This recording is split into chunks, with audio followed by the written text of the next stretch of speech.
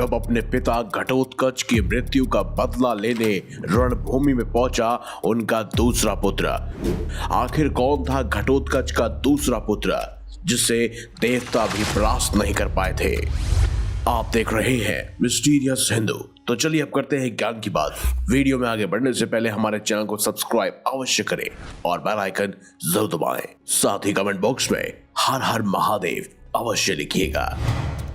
महाभारत के एक प्रसिद्ध योद्धा घटोत्कच, जिसके बल का जिक्र महाभारत में अक्सर किया जाता है और उनसे भी शक्तिशाली थे उनके बड़े बेटे यानी बर्बरिक, जिनके युद्ध कौशल और 3 तीर की वजह से भयभीत होकर भगवान श्री कृष्ण को दान में उनका शीश मांगना पड़ा। लेकिन इस परिवार में एक और शूरवीर ने जन्म लिया था जो बेहद ही शक्तिशाली था। हम बात कर रहे हैं महाबली पांडव भीमसेन के पौत्र और घटोत्कच के पुत्र अंजन पर्वा की, जो राक्षस होते हुए भी धर्म के साथ खड़े रहे। महाभारत के युद्ध में अंजन पर्वा ने पांडवों को सहयोग प्रदान किया। वो बेहद ही शक्तिशाली और मायावी थे। दरअसल घटोत्कच का विवाह दिति के पुत्र मुरु की कन्या मोरवी से हुआ था और उन्हें 3 पुत्र प्राप्त हुए थे। उनमें सबसे बड़ा पुत्र सिंह के बालों वाला था, इसीलिए उसका नाम बर्बरिक रखा गया। अन्य दूसरा पुत्र अंजन पर्वा था और सबसे छोटा पुत्र मेघवर्ण था। जैसा कि हम सब जानते हैं कि घटोत्कच का वध बेहद ही मुश्किल था। कौरव पक्ष में कोई भी नहीं था जो घटोत्कच को मार सकता था। जब घटोत्कच ने कौरवों पर हमला किया तो आधी सेना का विध्वंस कर डाला और तब कर्ण को इंद्रदेव से कवच और कुंडल के बदले मिले वासवी शक्ति का प्रयोग करना पड़ा। दरअसल इसके पीछे भी भगवान श्री कृष्ण की ही लीला थी। वहीं अंजन पर्वा के बड़े भाई यानी बर्बरिक की शक्ति के बारे में भगवान श्री कृष्ण जानते थे। जैसा कि बर्बरिक ने अपनी माता को वादा दिया था कि वह हारे हुए पक्ष का साथ देंगे। ऐसे में चिंतित भगवान श्री कृष्ण को दान रूप में बर्बरिक का सिर मांगना पड़ा। इस परिवार का एक और सदस्य यानी कि अंजन पर्वा भी महाभारत युद्ध में लड़ा था और उसने अपने पिता की मृत्यु का बदला लेने के लिए कौरवों की सेना का संघर्ष शुरू कर दिया। और तभी उनसे युद्ध करने रणभूमि में पहुंचे अश्वत्थामा। इन सब का वर्णन हमें महाभारत के द्रोण पर्व के अध्याय 156 में मिलता है। श्लोक 63 से लेकर 99 तक इस बारे में बारीकी से बताया गया है। इसके अनुसार घटोत्कच की मृत्यु की खबर जैसे ही अंजन पर्वा को मिली, उसी समय वो तिलमिला उठा और युद्ध भूमि में जा पहुंचा। अंजन पर्वा सीधे दुर्योधन का वध करने के लिए अपने विशालकाय रथ में आगे बढ़ा, जिसे बड़े बड़े घोड़े खींच रहे थे। और तभी घटोत्कच के तेजस्वी पुत्र अंजन पर्वा ने अपनी ओर आते हुए अश्वत्थामा को देखा और उन्हें उसी प्रकार रोक दिया जैसे गिरिराज हिमालय आंधी को रोक देता है।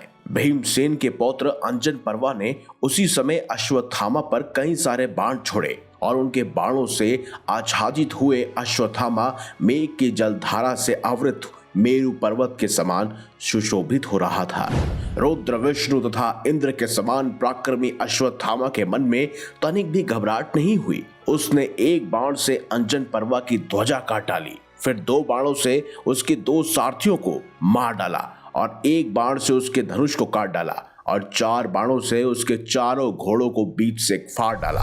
तत्पश्चात ही रथहीन हुए राक्षस पुत्र के हाथ से उठे हुए स्वर्ण बिंदुओं से व्याप्त खड्ग को अश्वत्थामा ने एक तीखे बाण से मारकर उसके 2 टुकड़े कर दिए और अंजन पर्वा पर भी बाण छोड़ दिया।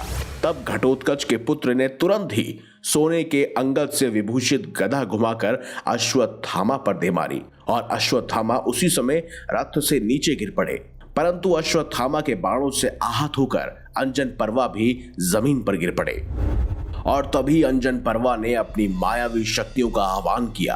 अंजन पर्वा ने तब आकाश में उछलकर प्रलय काल के मेघ की भांति गर्जना करते हुए आकाश से वृक्षों की वर्षा आरंभ कर दी। कौरव सेना में हाहाकार मच गया। एक तरफ दुर्योधन भी परेशान था कि जिस तरह घटोत्कच ने तबाही मचाई और उनकी सेना का विध्वंस किया, वैसे ही उसका पुत्र भी ये तबाही मचा रहा है। ये कुछ समय और रणभूमि में रहा तो कौरव सेना पूरी खत्म हो जाएगी और हम युद्ध हार जाएंगे, क्योंकि पांडवों से युद्ध करने के लिए हमारे पास सेना ही नहीं बचेगी। तभी आकाश से हो रही वृक्षों की वर्षा से दुर्योधन, कर्ण और द्रोणाचार्य सहित कई सारे योद्धा घायल हो गए। लेकिन द्रोण पुत्र ने आकाश में स्थित हुए मायाधारी घटोत्कच कुमार को अपने बाणों द्वारा उसी तरह घायल कर दिया जैसे सूर्य किरणों द्वारा मेघों की घटा को गला देता है। अंजन पर्वा ने अपनी सारी मायावी शक्तियों का इस्तेमाल किया, लेकिन सभी मायावी शक्तियों की काट अश्वत्थामा के पास मौजूद थी।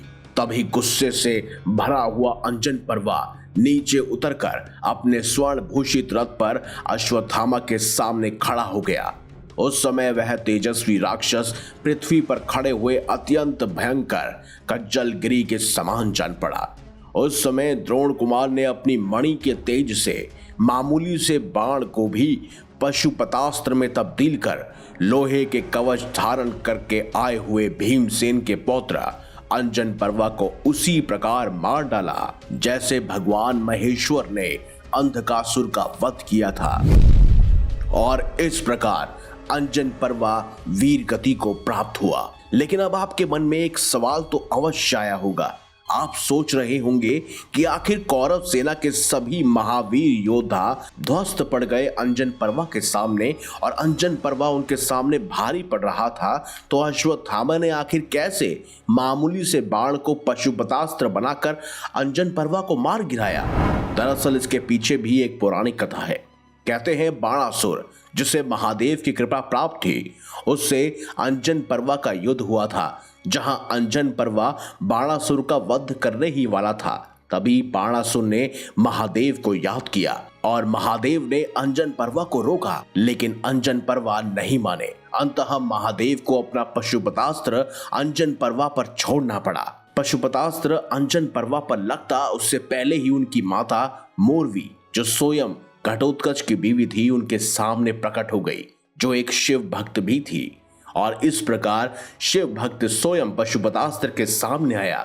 जिस प्रकार पशुपतास्त्र वहीं ठहर गया। इसके बाद मोरवी ने रोते हुए स्वयं भगवान शिव से उनके बेटे अंजन पर्वा के जीवन को बख्शने की गुहार लगाई और उनसे जीवन दान मांगा। भगवान महादेव को भी ना चाहते हुए भी अंजन पर्वा को जीवन दान देना पड़ा। लेकिन जाते जाते महादेव ने अंजन पर्वा और मोरवी को एक बात बताई कि भविष्य में कभी भी मेरे किसी भी अंश से युद्ध ना करना, क्योंकि अगर ऐसा हुआ तो मेरा पशुपतास्त्र पुनः सक्रिय हो जाएगा और मेरे अंश द्वारा तुम्हारे ऊपर छोड़े गए मामूली बाण हो या गदा हो, वो मेरे पशुपतास्त्र का रूप लेकर तुम्हारा वध अवश्य कर देंगे।